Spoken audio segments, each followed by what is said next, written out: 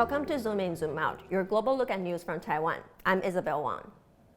Taiwan often finds itself caught in the tightrope between two superpowers, the United States and China.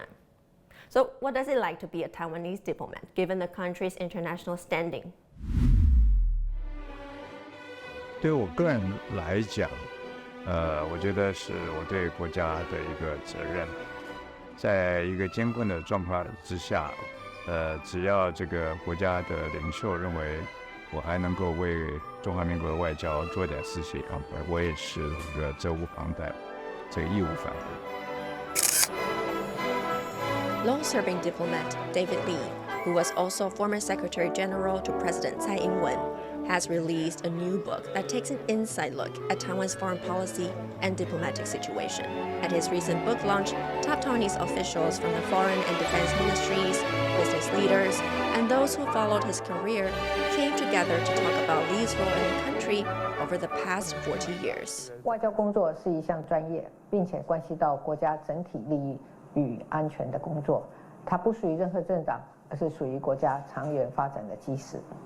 李秘书长的外交生涯就是最好的诠释。我也为这本书写了一个推荐序，里面把李大为先生在上世纪的最后的20年，本世纪最初的20年，这个40年中间，可以说是我们国家最杰出的一位外交官。Today, we're excited to be joined by Taiwan's former Foreign Minister, Dr. David Lee. Welcome, Dr. Lee. Thank you for coming to our show. Well, great pleasure to be at the Taiwan Plus program. So my first question, I'm very interested in looking at the book title, Composure Amidst Turmoil, and then in Chinese, 和光同尘. Yes. It actually reflects like a Taoism philosophy, or like what do you think is the meaning of the book? I think the book title reflects my personal philosophy. Also reflects the public career I've been through over 40 years, which was not always smooth. However, I managed to keep my composure. That's the reason I choose this as the English name of my book.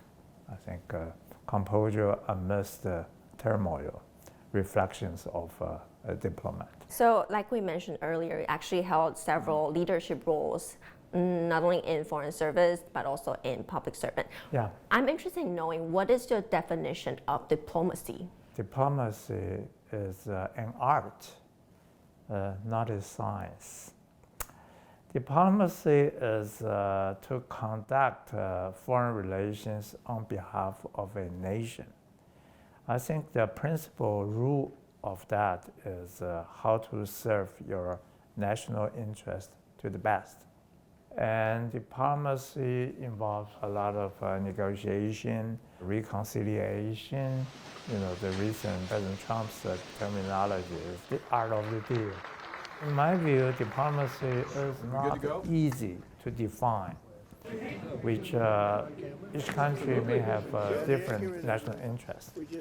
So to serve as a country's diplomat, you have to represent your country well, and also to serve your country's national interest. I know being a diplomat or being a public servant, there are a lot of things that would be under the table. You cannot tell. That's true. I won't even write in my book. So if it's an art in your way to define diplomacy, how do you apply those in the several roles that you actually take charge of? First of all,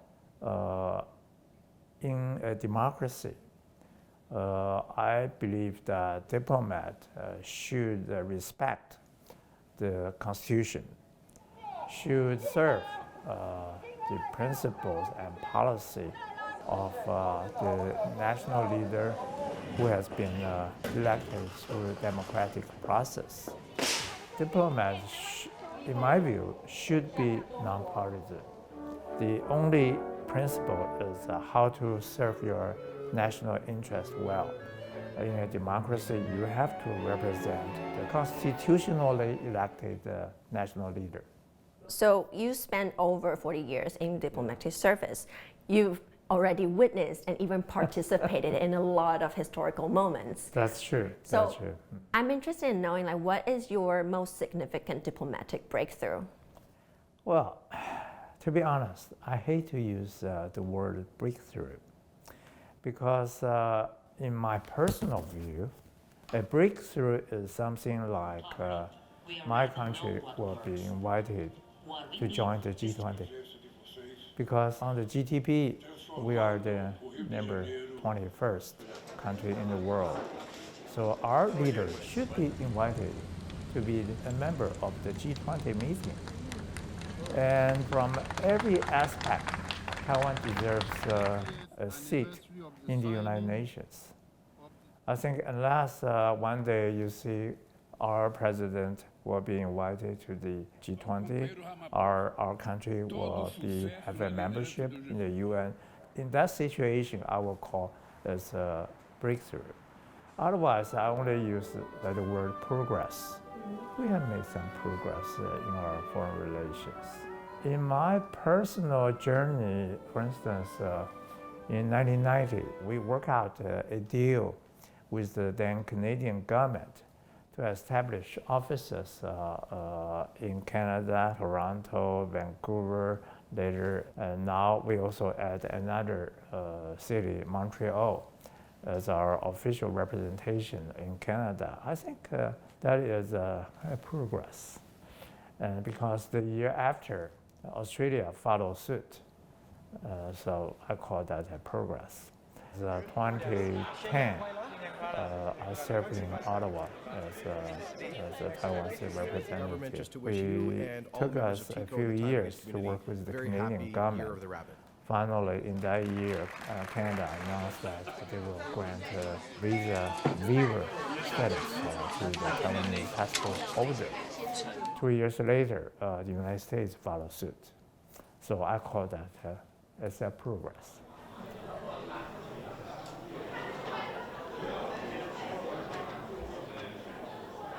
And also in your book, I got to read a little bit, you mentioned that besides from being book smart, you also want to be street smart. Yeah. That's a very interesting idea, and especially for a Taiwanese diplomat. Do you have like an example? I think, book smart is a basic requirement for every diplomat. Because you pass the examination, that you need to score well in the exam. All the candidates elected, chosen have some basic book smart. But throughout the career, if you want to excel yourself, if you want to succeed, you also need street smart, which is something more abstract. I think a good diplomat, you should be able to smell what's going on. When you talk with a foreign leader or a foreign member of Congress, you could smell what's on his or her mind. And that's very abstract. That's sometimes you may call that philosophical, very difficult to calculate. But that sense is very crucial. So I use the terminology, you have to be street smart. Also in Mandarin called 接地气, more kind of down to earth, understand what's really going on. It's not only you talk with the principles of international politics, the principles of international law, international economics, a lot of day-to-day things you need to get a feeling, to know how to represent your country's national interest. Especially for Taiwan, now we only keep 12 countries which maintains diplomatic ties with us. How to keep those countries in line is the crucial responsibility for the ambassadors and also his lieutenants in the embassy, which demands a lot of street smart to be able to keep a good rapport with the leaders of those diplomatic allies. So it's interesting that you bring that up because Taiwan, yes, like you said, we have 12 diplomatic allies now. Yeah. What is the smell like right now? Each country varies from the other. You have to understand each individual country's history and geography, economy, and also the special character of the political leader you are dealing with, which demands some book smart, which is the basis of the way you conduct diplomacy. On the other hand, you have to cope with special characteristics of each different country. In my book, I cite one case. The previous ambassador was pretty much good educated. However, he always liked to put suit and tie like me today. But the country is a very rural-based country. The leader of the country I met several times in the past. He always wear T-shirt, sometimes even short, because it was tropical weather. So the previous ambassador didn't maintain good relations with country's leader. I was pretty upset, so I decided to switch to get another colleague of mine. He has the kind of street smart. He was assigned in another tropical island country. He even wear the short skirt and bare his upper body to dance with the locals. So it's very much kind of down-to-earth 接地气. So I thought, wow, this guy will do a good job. Before that, I called the ambassador before that ambassador because he was able to maintain good relations with the national leader of the country. I said, how come when you were ambassador, you had a good rapport with the president? He said, well, you know, I grew up in southern Taiwan, in the rural village. So I saw the president in the field. I just wear a T-shirt and short and to work with him in the farm, in the field. So that's the reason we get along very well. So that's the way, you know, you represent your country's interests because you can have a good rapport with the leader of the nation. So the diplomatic relations will continue to sustain because of the good rapport, which is so important. So I changed the ambassador to the third person, and you know, he was very good. So that country still in our camp. How is retirement life going compared to when you're very working? well. The first thing is, while I was in office, I always keep my cell phone within reach, and now I can turn it off while I was sleeping. Mm-hmm. So that's very, very different. The biggest gift you'll ever get. Yeah, I don't need to worry about people calling me while I was asleep. I don't need to worry a phone call when I'm playing golf. So to me, that's very important. And now I can travel abroad with my wife on some tourist destination. So that's very much enjoyable. And to me, I try to keep my physical fitness. That's one of my principal goal every day. So, thank you for watching this episode of Zoom In, Zoom Out.